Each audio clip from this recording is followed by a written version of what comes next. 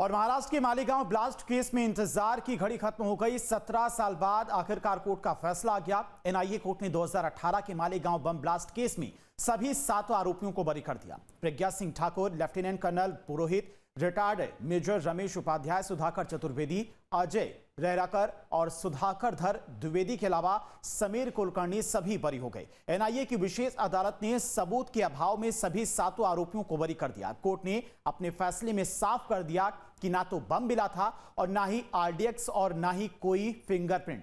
Court ने कहा कि एटीएस और एनआईए की चार्जशीट में काफी अंतर है। इस फैसले से बरी हुए आरोपियों को तो खुशी हुई, लेकिन उससे ज्यादा खुशी बीजेपी में दिखाई दे रही है, जो भगवा आतंकवाद के आरोपों पर कांग्रेस पर हावी दिखाई दे रही है।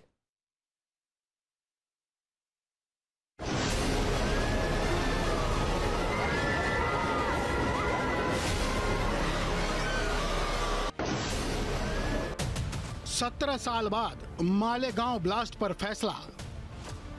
कोर्ट से बरी हुए 7 आरोपी। अभियोजन पक्ष सिद्ध नहीं कर सका आरोप। महाराष्ट्र के मालेगांव विस्फोट मामले में लगभग 17 साल बाद एनआईए की विशेष अदालत ने गुरुवार को अहम फैसला सुनाते हुए सभी 7 आरोपियों को संदेह का लाभ देते हुए बरी कर दिया।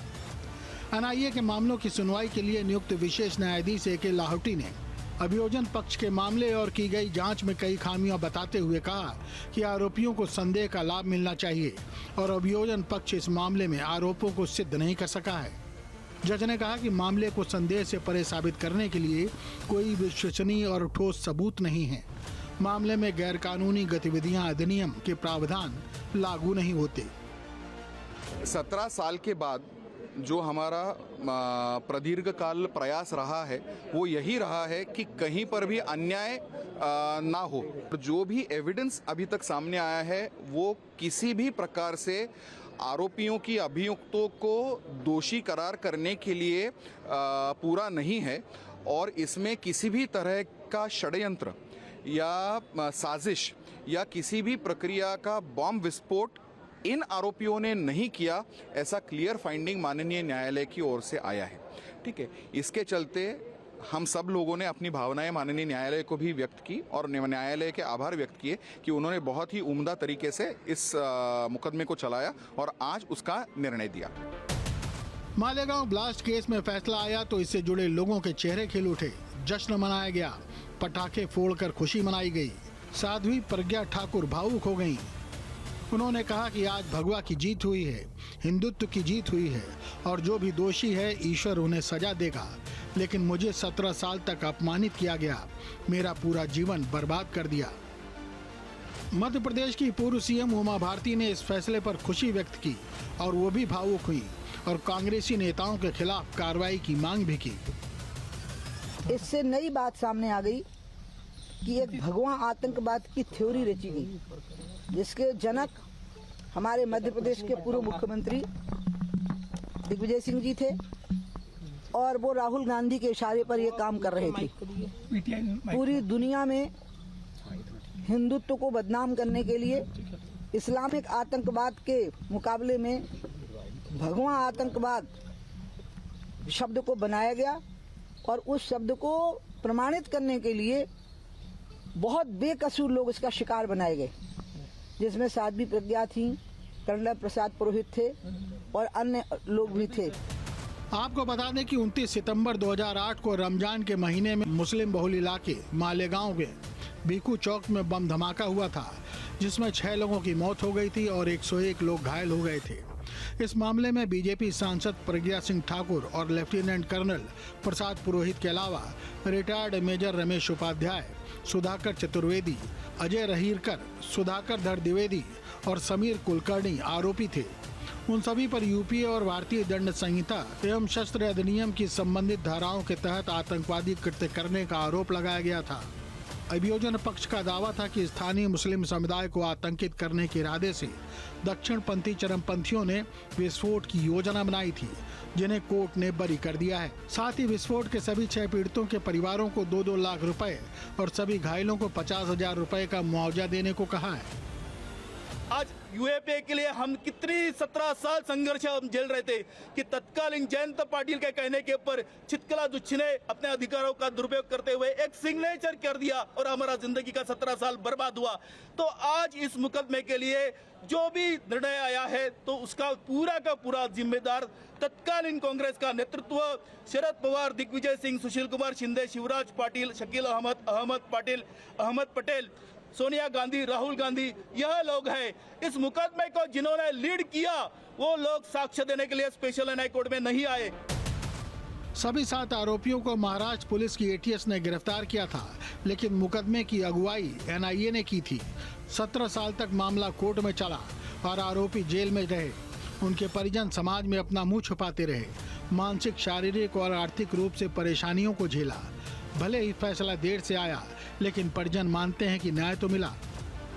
हमारी तो आर्थिक परिस्थिति इतनी भी अच्छी नहीं थी, हालांकि की थी। मानसिक दृष्टि से भी हम पूरे ख़त्म हो गए थे और शारीरिक भी 17 साल हमें कोर्ट में आना जाना पड़ा, तो बहुत दिक्कतें आ गई क्योंकि फाइनेंशियली स्ट्रांग नहीं थे और पूरा परिवार हमारा बिखर गया। लेकिन इस मामले में पीड़ित पक्ष का कहना है कि वो बड़ी अदालत में इस फैसले को चुनौती देंगे।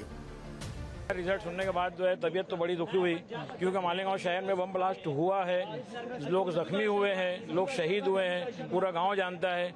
कोर्ट में जख्मी लोग आकर अपने जख्म को बताया है, उसके बाद भी फिर भी कोर्ट ने उनको पूरा एक्विट नहीं किया है। हम जो है इसके बारे में हमारे जमतुल अरशद मदनी महाराज जमतुल उलमा जो है हमारे जो एडवोकेट साहब है शाहिद नदीर साहब, उनके कहने के मुताबिक जो है हम आगे इसको चैलेंज करेंगे।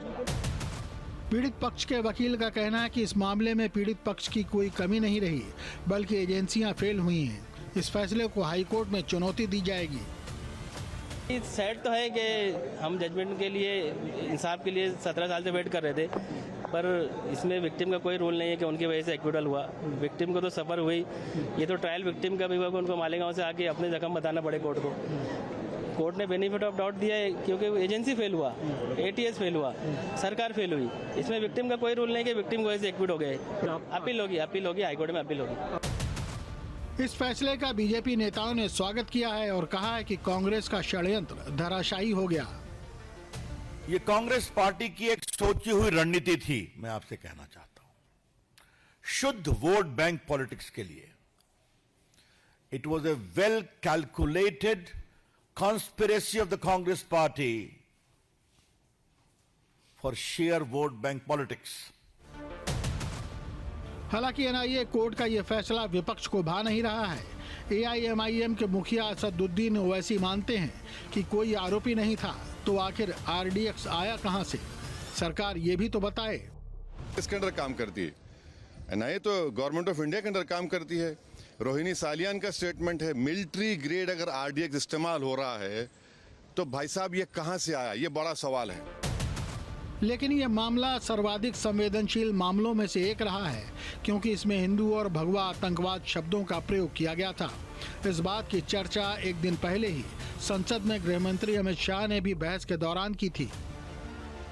मान्यवर, इनके चिदम्बरम जी के कार्यकाल में ही अफजल गुरी की फांसी जब तक वो गृह मंत्री नहीं गए नहीं हुई। मान्यवर,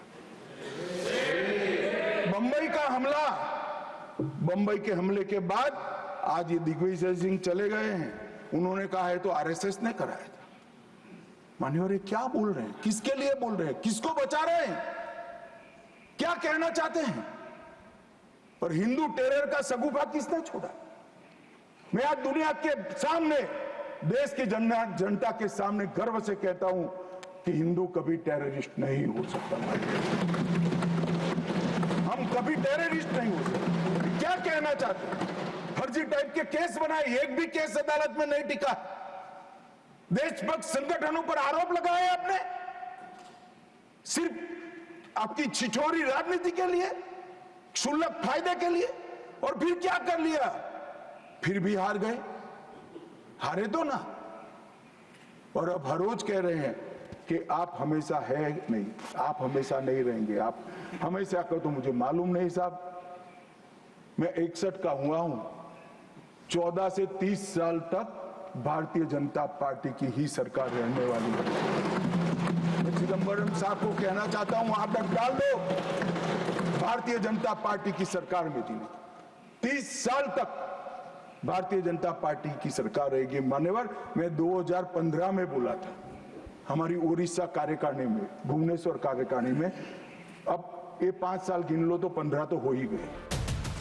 गृह मंत्री का इशारा कांग्रेस के दिग्गज नेता दिग्विजय सिंह की तरफ था, लेकिन दिग्विजय अब नकार रहे हैं कि उन्होंने कुछ ऐसा कहा था।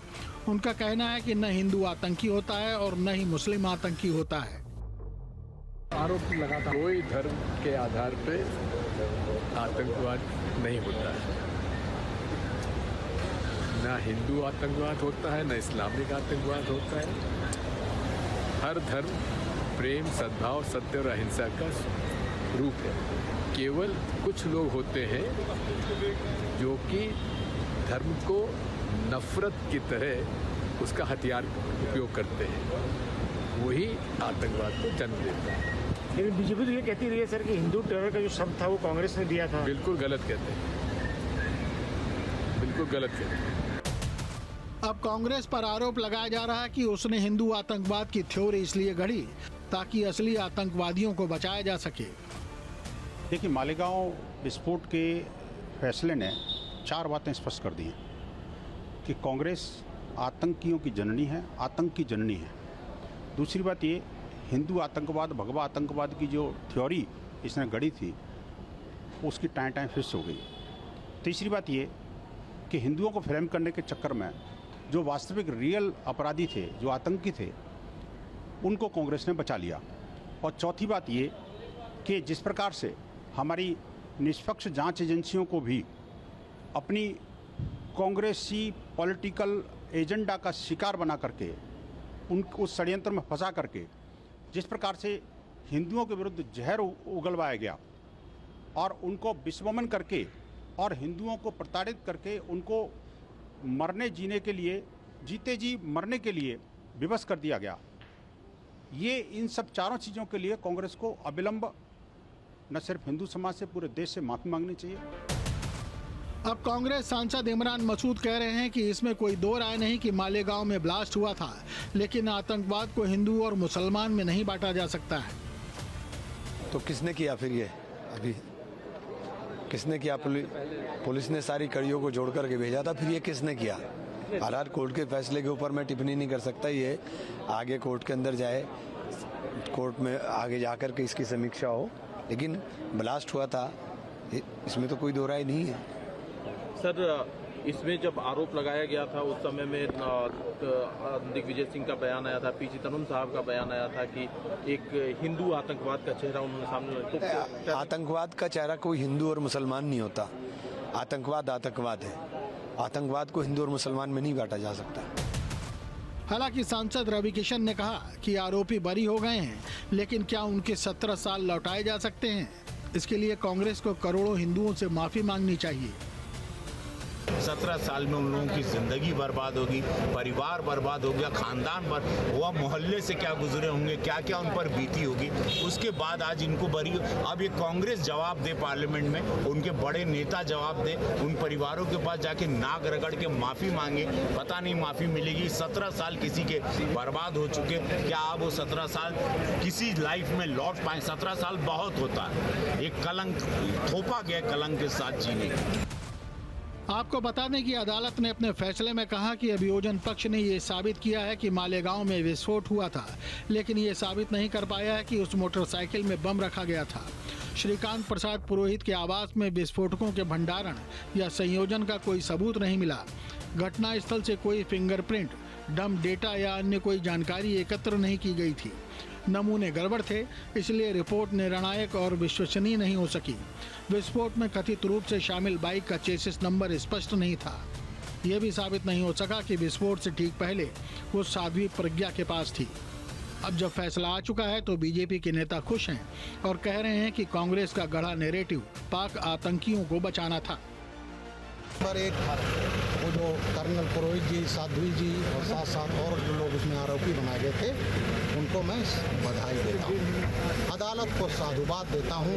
ये कलंक न केवल कर्नल पुरोहित, साध्वी जी पर लगाया था, हिंदू समाज पर लगाया था, भगवा आतंकवाद का नैरेटिव गढ़ा था और उस नैरेटिव के माध्यम से ना इन्होंने हिंदू समाज को कलंकित किया था कि हिंदू समाज भी आतंकी है, बल्कि उसके बहाने इन्होंने पाकिस्तानी आतंकवादी संगठनों को क्लीन चिट किया था। सीएम योगी आदित्यनाथ ने फैसले के बाद एक्स पर पोस्ट किया और लिखा कि निर्दोष सिद्ध होना सत्यमेव जयते की सजीव उद्घोषणा है। ये फैसला कांग्रेस के भारत विरोधी चरित्र को उजागर करता है। कांग्रेस ने राष्ट्र सेवकों की छवि को कलंकित किया। कांग्रेस को देश से माफी मांगनी चाहिए, लेकिन समाजवादी पार्टी अध्यक्ष का मानना है कि ये फैसले सिर्फ दूसरे अहम मुद्दों से ध्यान भटकाने के लिए हैं। मैंने न्यूज़ फॉलो नहीं किया है। जो दोषी हों उनको सज़ा मिलनी चाहिए। आम जनभावना यही है देश की कि जो आरोपी हैं, जिन्होंने इतनी बड़ी घटना की है, उनको सज़ा मिलनी चाहिए। रिपोर्ट मेरी जानकारी में नहीं है, मैं डिटेल में रिपोर्ट नहीं पढ़ी है मैंने, लेकिन उससे भी महत्वपूर्ण सोचिए अमेरिका में क्या हुआ। कहीं ऐसा तो नहीं न्यूज़ को दबाने के लिए नई न्यूज़, ये नया ज़माना है। सिर्फ नेता ही नहीं बल्कि हिंदू धर्म गुरुओं ने भी इस फैसले पर खुशी जताई है और कांग्रेस पर सवाल खड़े किए हैं। जिस प्रकार से सनातन पे भगवा आतंकवाद मढ़ा गया, आज दूध का दूध पानी का पानी हो गया। क्या सोनिया गांधी, क्या शिंदे साहब, क्या कांग्रेस पार्टी माफी मांगेगी? 7 लोगों के जीवन को बर्बाद करने वाली कांग्रेस पार्टी जिस प्रकार से साध्वी प्रज्ञा से लेकर और भी 6 लोग थे, उनके साथ जिस प्रकार से दुर्व्यवहार हुए और सनातन पे टिप्पणी किया गया, क्या सनातनी आतंकवादी हो सकते हैं? क्या सोनिया गांधी माफी मांगेगी? क्या सनातन के ऊपर इतना कुठाराघात हुआ, इतनी टिप्पणी हुई, क्या उसके लिए सनातनी कांग्रेस को क्षमा करेंगे? 17 साल बाद मालेगांव ब्लास्ट मामले में फैसला आया। जिन आरोपियों को कोर्ट ने बरी किया उनमें खुशी है, उनके परिवार वाले खुश हैं, लेकिन जो इस हादसे से पीड़ित हैं उनके परिवारों के लिए न्याय अभी बाकी है। जो इस फैसले को हाई कोर्ट में चुनौती देने की तैयारी में है और इससे इतर बीजेपी अब उस कांग्रेस पर हमलावर हो रही है जिसने इस मामले को भगवा आतंकवाद का नाम दिया था। मतलब ये कि कोर्ट ने भले इस मामले में फैसला दे दिया हो, लेकिन इस पर सियासत अभी बाकी है। Team news state. जहां भक्ति है हर शब्द में, कथाओं में छुपे हैं दिव्य रहस्य और ज्योतिष देता है जीवन को दिशा। धर्म से जुड़ी हर बातों को जानने के लिए हमारे चैनल स्तुति को सब्सक्राइब करें। चैनल पर जाने के लिए इस लिंक पर क्लिक करें।